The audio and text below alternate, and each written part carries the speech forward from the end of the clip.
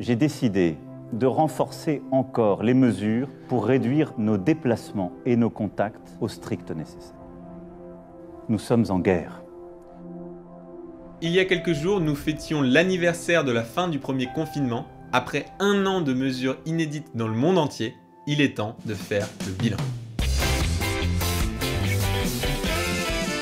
Commençons par le chiffre clé. Les émissions mondiales de gaz à effet de serre ont diminué de 4% en 2020 par rapport à 2019. C'est ce qu'indique le site spécialisé Carbon Monitor, créé par des chercheurs français, chinois et américains. Sur d'autres sources, vous pouvez aussi trouver le chiffre de 5% de baisse. Et petit rappel, si on veut respecter l'accord de Paris, c'est-à-dire limiter le réchauffement global à 2 degrés au maximum par rapport aux températures de 1850, il faut diminuer les émissions de 5% par an pendant 30 ans. On est donc sur les mêmes ordres de grandeur et c'est pour ça que vous avez peut-être entendu certains scientifiques dire qu'il faudrait l'équivalent d'un confinement supplémentaire chaque année. Alors non, ça ne veut pas dire qu'il faut un confinement chaque année, je crois que personne n'a envie de ça. Il y en a marre de ça, marre du confinement. Il faut plutôt le voir comme une image qui montre l'étendue du travail à faire et à quel point l'objectif des 2 degrés est difficile à atteindre. Ok, maintenant regardons tout ça en détail, c'est-à-dire par pays et par secteur. Déjà sur ce premier graphique de Carbon Monitor, on voit la diminution des gaz à effet de serre en 2020 par rapport à 2019 dans plusieurs pays. En France et aux États-Unis par exemple, on est à moins 9% environ. Ce qui est intéressant, c'est qu'on a le détail dans chaque secteur. En jaune, vous avez la baisse pour les émissions liées à la production d'énergie. En vert clair, les transports routiers. En orange, l'industrie. En violet, les bâtiments. Et enfin, en vert foncé, les transports aériens et maritimes. Donc en 2020, de façon peu surprenante, on s'est moins déplacé, on a moins produit et on a utilisé moins d'énergie dans à peu près tous les pays du monde. Tous les pays? Non, car on voit qu'un pays résiste encore et toujours au virus envahisseur, la Chine. En fait, pendant leur confinement, ils ont émis moins de gaz à effet de serre, mais ils ont mis les bouchées doubles dès la reprise d'activité, et donc les émissions sont reparties très vite à la hausse. On le voit sur ce graphe, vous avez les émissions en Chine sur l'ensemble de l'année 2020, et ça comparé à l'année 2019. Ici, les jours en bleu clair sont ceux où la Chine a moins émis en 2020, et les jours en rouge, c'est le contraire, donc quand la Chine a émis plus en 2020 qu'en 2019. Bon, on le voit assez clairement sur les mois de février et mars, on est dans le bleu complet, c'est l'effet du confinement, mais en fin d'année, on voit que le pays est dans le rouge, c'est la reprise d'activité. Regardons le même type de graphe, mais cette fois-ci sur une moyenne mondiale. On voit que le confinement a ralenti les activités beaucoup plus longtemps, en fait carrément sur les 7 premiers mois de l'année. Et il y a peu de rouge en fin d'année, donc la plupart des pays n'ont pas repris aussi rapidement et fortement que la Chine. Ok, je dois dire que je trouve ce graphe très intéressant pour 3 autres raisons.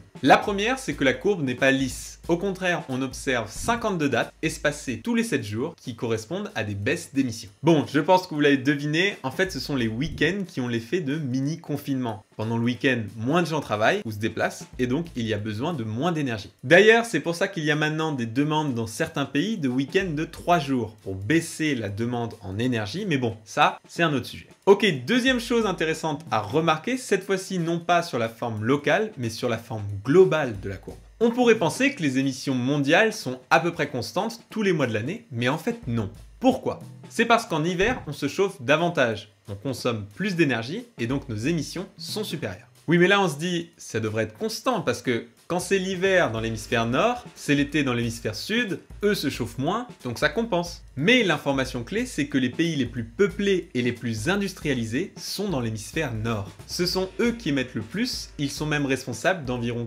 90% des émissions mondiales de gaz à effet de serre. La courbe mondiale est donc dictée par les émissions des pays de l'hémisphère nord. Allez, troisième et dernière remarque, on voit avec ces courbes le lien entre les émissions de gaz à effet de serre et le PIB. Les pays les plus riches sont aussi ceux les plus émetteurs. Donc, contrairement à ce qu'on entend de plus en plus, on n'est pour l'instant pas du tout dans un modèle de croissance verte. Pour illustrer, voici la courbe d'évolution du PIB mondial depuis le début du 19e siècle et la courbe d'émissions de gaz à effet de serre sur la même période. La raison pour laquelle ces deux courbes sont liées, c'est que plus de 80% de l'énergie que l'on consomme provient des énergies fossiles.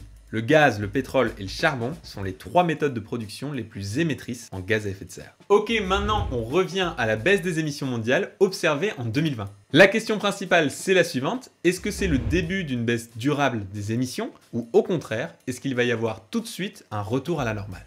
Bon, je vous ai un peu spoil parce qu'on a vu que fin 2020, les émissions mondiales sont déjà revenues au niveau des émissions de fin 2019. Mauvaise nouvelle donc. Mais prenons un peu de recul et faisons un pas dans le passé, parce que des crises économiques mondiales, on en a connu quelques-unes. 1929, 1973, Iran, l'ambassade américaine 1979, toujours occupée, Jimmy Carter arrête les importations de ou pétrole encore iranien. 2000. Célèbre banque d'affaires américaine Lehman Brothers se déclare en faillite. Et à chaque fois, on a bien une baisse des émissions sur l'année qui suit, mais celles-ci sont très vite reparties à la hausse, et donc ces événements n'ont pas eu un impact à long terme sur les émissions. Pour l'impact de cette dernière crise, seul l'avenir nous le dira, mais ça va se jouer sur les plans de relance des différents pays.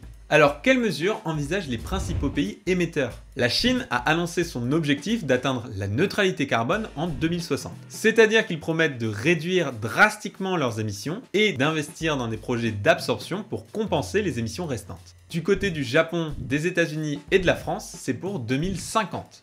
Ça, c'est pour ce qui est annoncé à long terme et ça a l'air plutôt ambitieux quand on voit ce qui se passe à court terme. Les émissions mondiales ont déjà repris leur niveau d'avant Covid.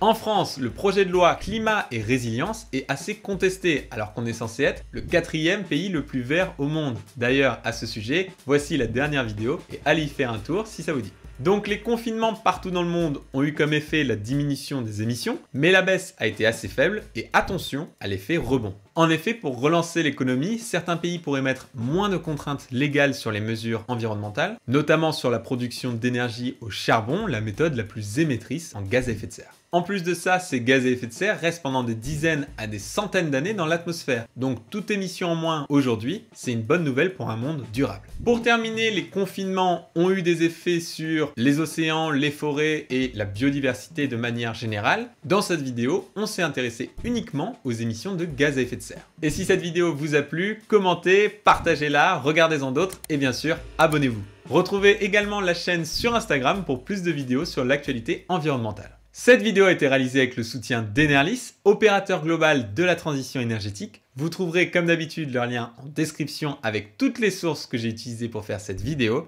Et je vous dis à très bientôt sur YouTube et sur Instagram.